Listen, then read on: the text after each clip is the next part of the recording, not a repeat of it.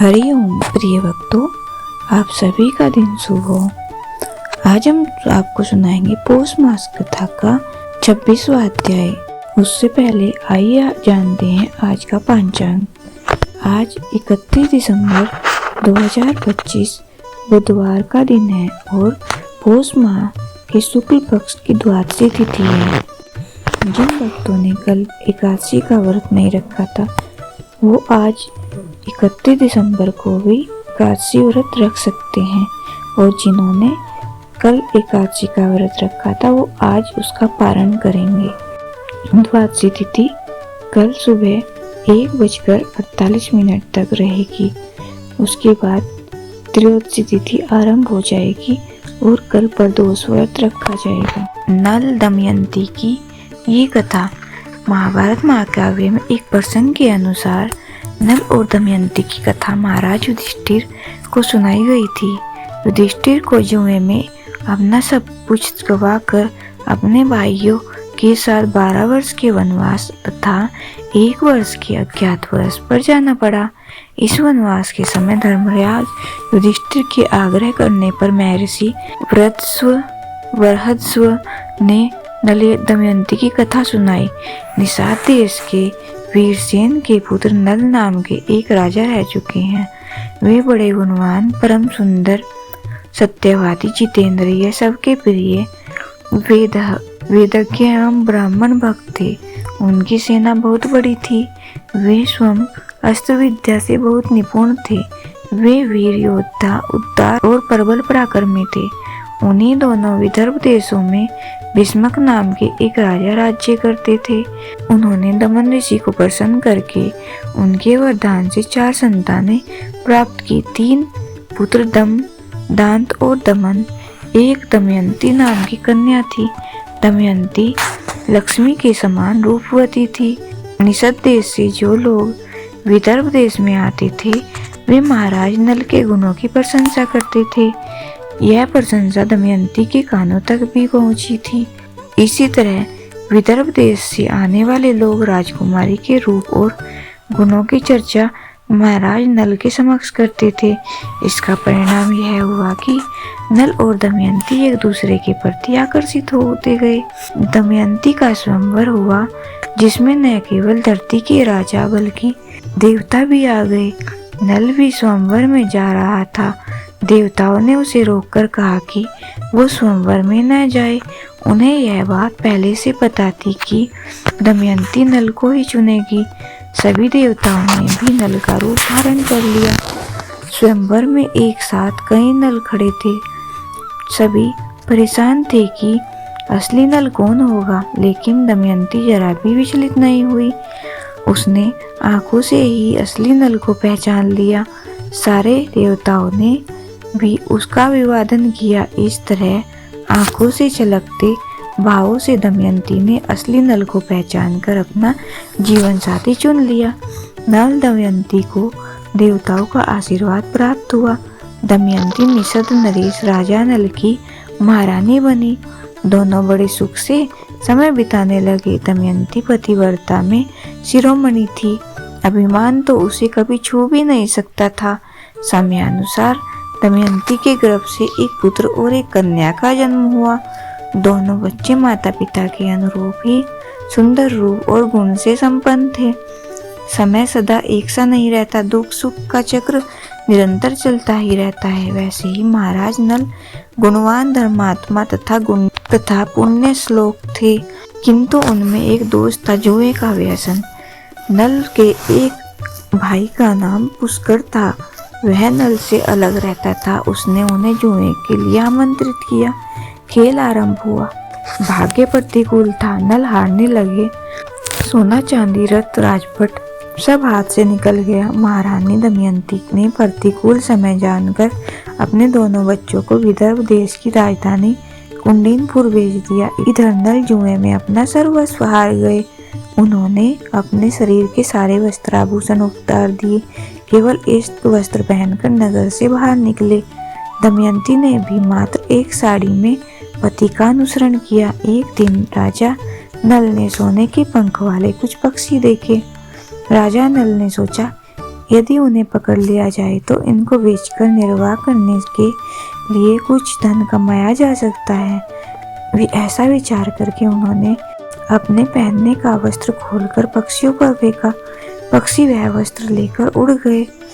नल अपनी अपेक्षा दमयंती के दुख से अधिक व्याकुल थे।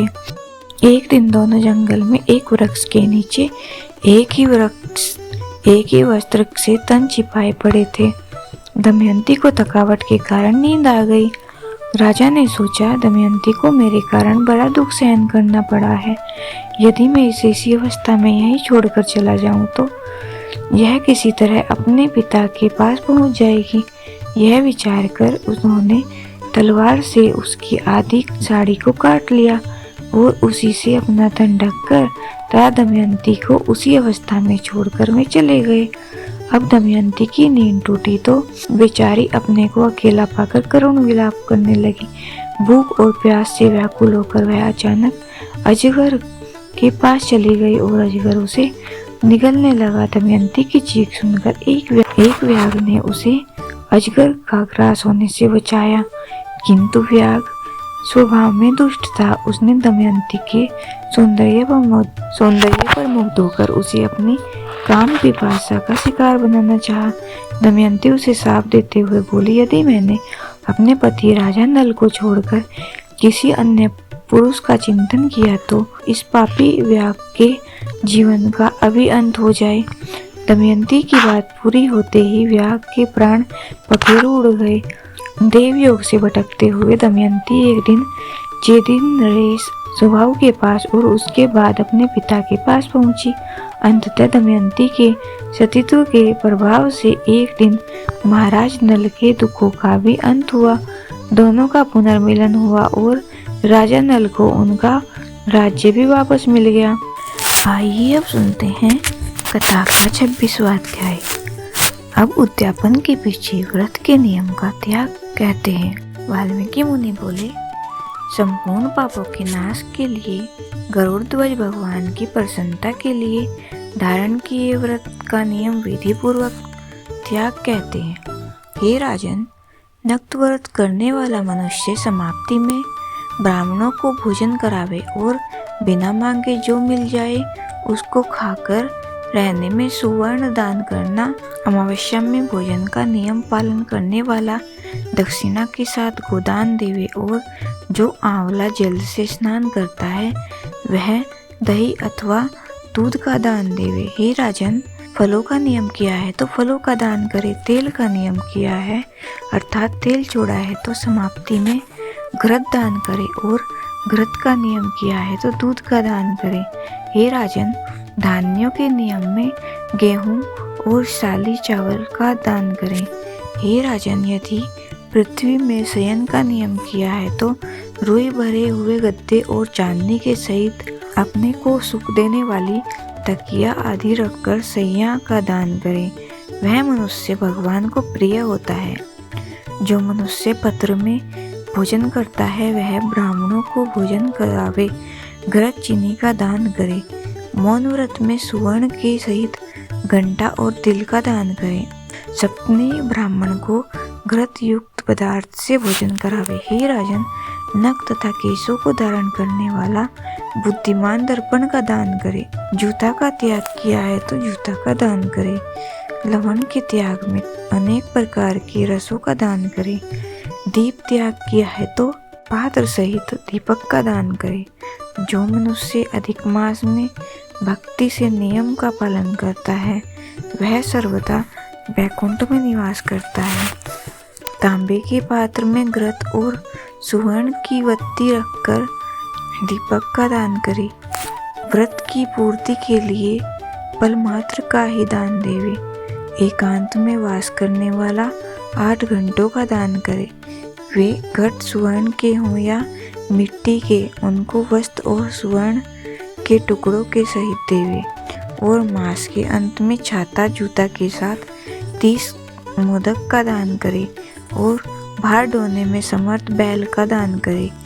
इन वस्तुओं के न मिलने पर अथवा यथोक्त करने में असमर्थ होने पर हे राजन, संपूर्ण व्रतों की सिद्धि को देने वाला ब्राह्मणों का वचन कहा गया है, अर्थात ब्राह्मण के सुफल के मिलने पर व्रत पूर्ण हो जाता है। जो मलमास में एक अन्न का सेवन करता है वह चतुर्भुज होकर परम गति को पाता है। इस लोक में एकांत से बढ़कर दूसरा कुछ भी पवित्र नहीं है। एक अन्न के सेवन से मुनि लोक सिद्ध होकर परम मोक्ष को प्राप्त हो गए। अधिक मास में जो मनुष्य रात्रि में भोजन करता है वह राजा होता है। वह मनुष्य संपूर्ण कामनाओं को प्राप्त करता है, इसमें जरा भी संदेह नहीं है। देवता लोग दिन में पूर्वाह्न में भोजन करते हैं और मुनि लोग मध्याह्न में भोजन करते हैं। अपराह्न में पितृगण भोजन करते हैं, इसलिए अपने लिए भोजन का समय चतुर्थ पहर कहा गया है। हे नारदीप, जो सब बेला को अतिक्रमण कर चतुर्थ पहर में भोजन करता है, हे जनाधिप, उसके ब्रह्म इत्यादि पाप नाश होते हैं। हे महिपाल, रात्रि में भोजन करने वाला समस्त गुणों से अधिक पुण्य फल का भागी होता है और वह मनुष्य प्रतिदिन अश्वमेध यज्ञ करने का फल प्राप्त करता है। भगवान के प्रिय पुरुषोत्तम मास में उड़द का त्याग करे, वह उड़द छोड़ने वाला समस्त पापों से मुक्त होकर विष्णु लोक को जाता है। जो पातकी ब्राह्मण होकर यंत्र में तिल पेरता है, हे राजन, वह ब्राह्मण तिल की संख्या के अनुसार उतने वर्ष पर्यंत रौरव नरक में वास करता है, फिर चांडाल योनि में जाता है और कुष्ठ रोग से पीड़ित होता है। जो मनुष्य शुक्ल और कृष्ण पक्ष की एकादशी तिथि में उपवास करता है वह मनुष्य चतुर्भुज हो गरुड़ पर बैठकर वैकुंठ लोक को जाता है और वह देवताओं से पूजित और अप्सराओं से सेवित होता है। एकादशी व्रत करने वाला दशमी और द्वादशी के दिन एक बार भोजन करे। जो मनुष्य एवं देव विष्णु भगवान के प्रीत्यर्थ व्रत करता है वह मनुष्य स्वर्ग को जाता है। हे राजन, सर्वदा भक्ति से कुशा का मुट्ठा धारण करे, कुश मुष्टि का त्याग न करे। जो मनुष्य कुशा से मलमूत्र कफ रुधिर को साफ करता है वह विष्ठा में कर्मी योनि में जाकर वास करता है और कुशा अत्यंत पवित्र कहे गए हैं। बिना कुशा की क्रिया व्यर्थ कही गई है, क्योंकि कुशा के मूल भाग में ब्रह्मा और मध्य भाग में जनार्दन वास करते हैं। कुशा के अग्रभाग में महादेव वास करते, इसलिए कुशा से मार्जन करें। शूद्र जमीन से कुशा को न उखाड़े और कपिला गौ का दूध न पीवे। हे भूपते, पलाश के पत्र में भोजन न करें, प्रणव मंत्र का उच्चारण न करें, यज्ञ का बचा हुआ अन्न न भोजन करें, शूद्र कुशा के आसन पर न बैठे, जनेऊ को धारण न करे और वैदिक क्रिया को न करे। यदि विधि का त्याग कर मनमाना काम करता है तो वह शूद्र अपने पितरों के सहित नरक में डूब जाता है। 14 इंद्र तक नरक में पड़ा रहता है, फिर मुर्गा, सूकर, बानर योनि को जाता है। इसलिए शूद्र हमेशा प्रणव का त्याग करे। हे भूमि, शूद्र ब्राह्मणों को नमस्कार करके नष्ट हो जाता है। हे महाराज, इतना करने से व्रत परिपूर्ण कहा है, अथवा ब्राह्मणों को दक्षिणा न देने से मनुष्य नरक के भागी होते हैं। व्रत में विघ्न होने से अंधा और कोढ़ी होता है। हे भूप, मनुष्य में श्रेष्ठ मनुष्य पृथ्वी के देवता ब्राह्मणों के वचन से स्वर्ग को जाते हैं। हे भूप, इसलिए कल्याण को चाहने वाला विद्वान मनुष्य उन ब्राह्मणों के वचन का उल्लंघन न करे। यह मैंने उत्तम कल्याण को करने वाला, पापों का नाशक, उत्तम फल को देने वाला, माधव भगवान को प्रसन्न करने वाला, मन को प्रसन्न करने वाला धर्म का रहस्य कहा। इसका नित्य पाठ करें। हे राजन, जो इसको हमेशा सुनता है अथवा पढ़ता है वह उत्तम लोक को जाता है, जहाँ पर योगीश्वर हरि भगवान वास करते हैं। इति श्री बृहन्नारदीय पुराणे पुरुषोत्तम मास महात्म्ये षड्विंशोऽध्याय समाप्तम। बोलिए विष्णु भगवान की जय, श्री कृष्ण भगवान की जय। तुलसी चालीसा। श्री तुलसी महारानी करु विनय सिरनाय, जो मम हो संकट विकट, दीजिए मात नशाए। नमो नमो तुलसी महारानी, महिमा अभी न जाए बखानी। दियो विष्णु तुमको सन्माना, जग में छायो सुयस महाना। विष्णु प्रिया जय जयते भवानी, तिहु लोक की हो सुख खानी। भगवत पूजा कर जो कोई, बिना तुम्हारे सफल न होई। जिन घर तव नहीं होए निवासा, उस पर करे विष्णु नहीं बासा। करे सदा जो तव नित सुमिरन, तेही के काज होए सब पूरन। कार्तिक मास महात्म तुम्हारा, ताको जानत सब संसारा। तव पूजन जो करे कुंवारी, पावे सुंदर वर सुकुमारी। कर जो पूजन नित प्रति नारी, सुख संपत्ति से होए सुखारी। वृद्धा नारी करे जो पूजन, मिले भक्ति होवे पुलकित मन। श्रद्धा से पूजे जो कोई, भवनिधि से उतर जावे सोई। कथा भागवत यज्ञ करावे, तुम बिन नहीं सफलता पावे। छायो तब प्रताप जग भारी, ध्यावत तुम्ही सकल चितधारी। तुम्ही मात यंत्र तंत्रन, सकल काज सिद्धि होवे सन में। औषधि रूप आप हो माता, सब जग में तब यश विख्याता। देव ऋषि मुनि ओ तपधारी, करत सदा तब जय जयकारी। वेद पुराणन तब यश गाया, वेद पुराणन तब यश गाया। महिमा अगम पार नहीं पाया। नमो नमो जय जय सुख कारणी, नमो नमो जय दुख निवारणी। नमो नमो सुख संपत्ति देनी, नमो नमो अग काटन छेनी। नमो नमो भक्तन दुख हरनी, नमो नमो दुष्टन मद छेनी। नमो नमो भव पार उतारिणी, नमो नमो परलोक सुधारणी। नमो नमो निज भक्त उबारणी, नमो नमो जन काज सवारणी। नमो नमो जय कुमति नाश, नमो नमो जय कुमति नसावनी। नमो नमो सुख उपजावनी। जयति जयति जय तुलसी माई, ध्याऊं तुमको शीश नवाई। निजन जानी मोही अपनाओ, बिगड़े कारज आप बनाओ। करो विनय में मात तुम्हारी, पूर्ण आशा करो हमारी। शरण चरण कर जोरी मनाऊं, निस्दिन तेरे ही गुण गाऊं। करहु मात यह अब मोह पर दाया, निर्मल होए सकल मम काया। मंगू मात यह वर दीजिए, सकल मनोरथ पूर्ण कीजिए। जनू नहीं कुछ नेम अचारा, क्षमो मात अपराध हमारा। ब्रह मास करे जो पूजा, ता सम जग में और न दूजा। प्रथम ही गंगा जल मंगवावे, फिर सुंदर स्नान करावे। चंदन अक्षत पुष्प चढ़ावे, धूप दीप नैवेद्य लगावे।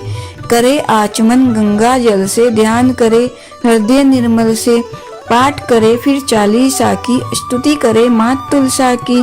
यह विधि पूजा करे हमेशा, ताके तन नहीं रहे क्लेशा। करे मास कार्तिक का साधन, सोवे नित पवित्र सिद्ध हुई जाही। हे यह कथा महासुखदायी, पढ़े सुने सो भवतर जाई। तुलसी मैया तुम कल्याणी, तुम्हारी महिमा सब जग जानी। भाव न तुझे मान नित नित ध्यावे, गा गा कर माँ मुझे रिझावे। यह श्री तुलसी चालीसा पाठ करे जो कोई, गोविंद सो फल पावे जो मन इच्छा होए। जय जय तुलसी माता मैया, जय तुलसी माता। सब जग की सुख दाता, सबकी वर माता। मैया जय तुलसी माता। सब योगों से ऊपर, सब रोगों से ऊपर। रज से रक्षक करके सबकी भव त्राता। मैया जय तुलसी माता। बटुपुत्री है श्यामा, सुरबल्ली है ग्राम्या। विष्णु प्रिय जो नर तुमको सेवे, सो नर तर जाता।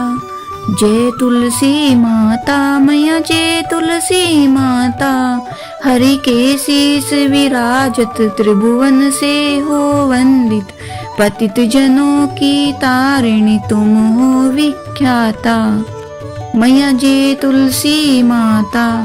लेकर जन्म विजन में आई, दिव्य भवन में। मानव लोक तुम्हीं से सुख संपत्ति पाता। मैया जय तुलसी माता।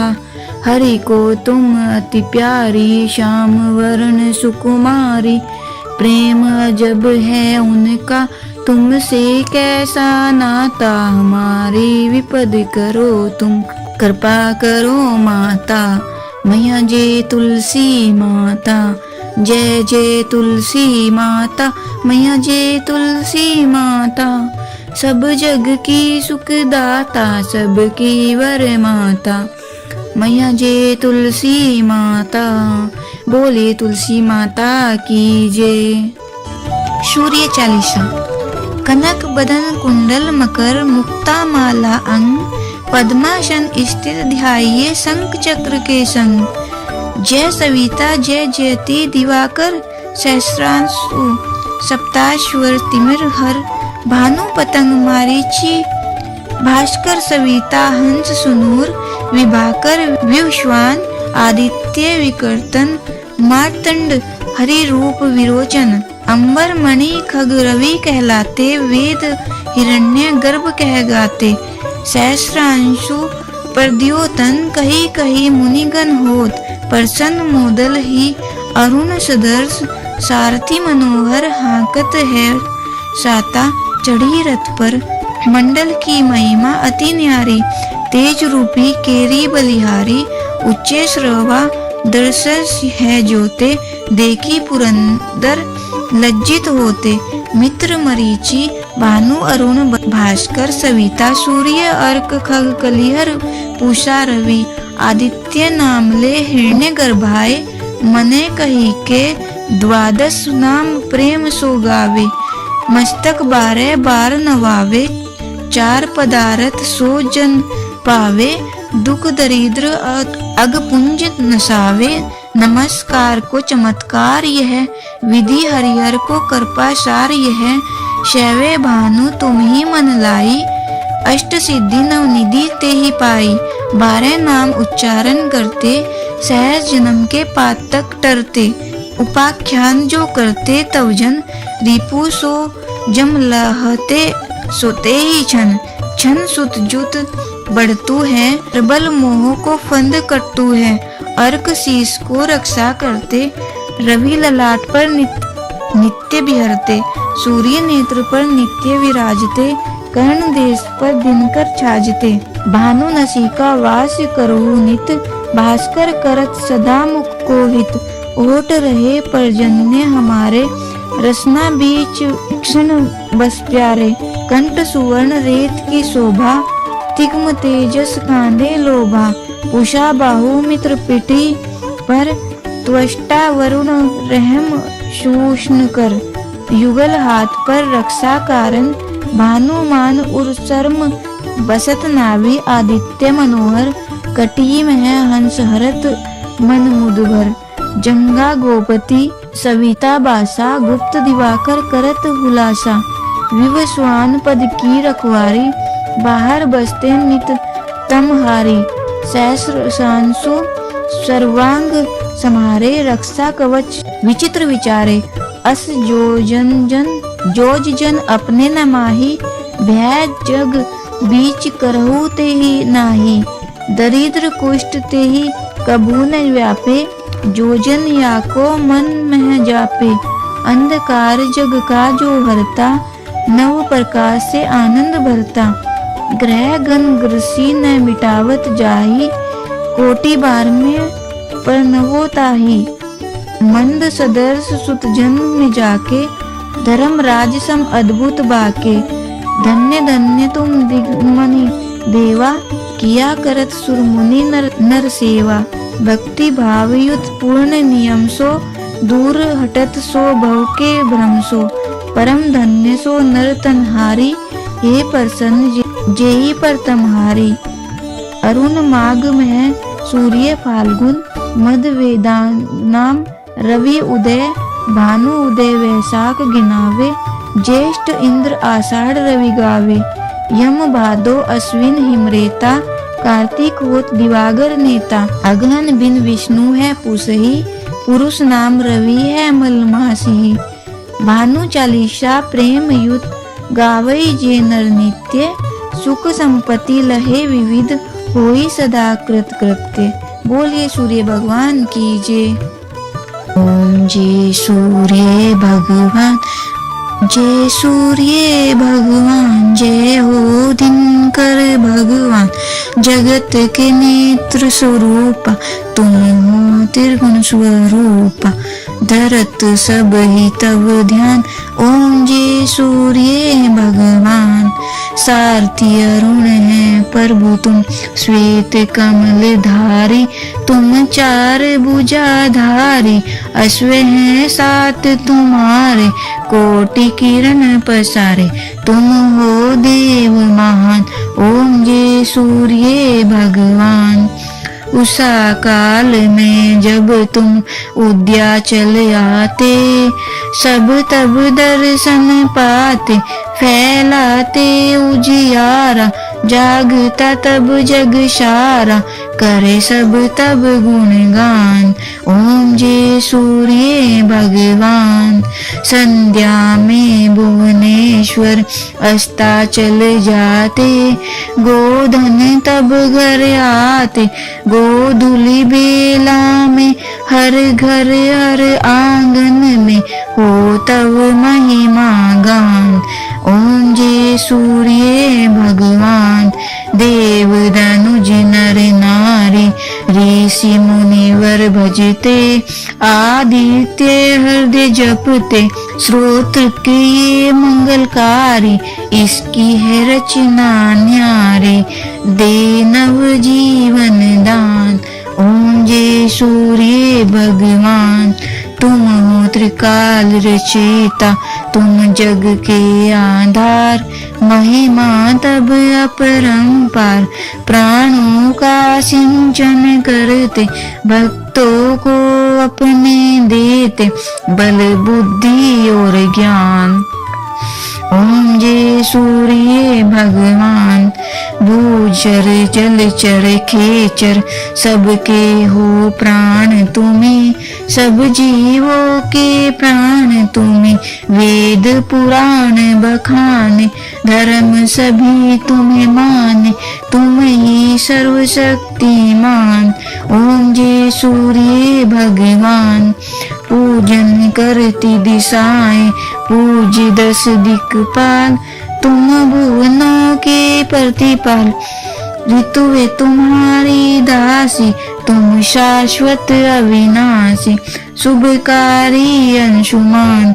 ओम जय सूर्य भगवान, जय सूर्य भगवान, जय हो दिनकर भगवान, जगत के त्रिनेत्र स्वरूपा, तुम हो त्रिगुण स्वरूपा, धरत सब ही तब ध्यान। ओम जय सूर्य भगवान, सूर्य भगवान की जय, विष्णु भगवान की जय।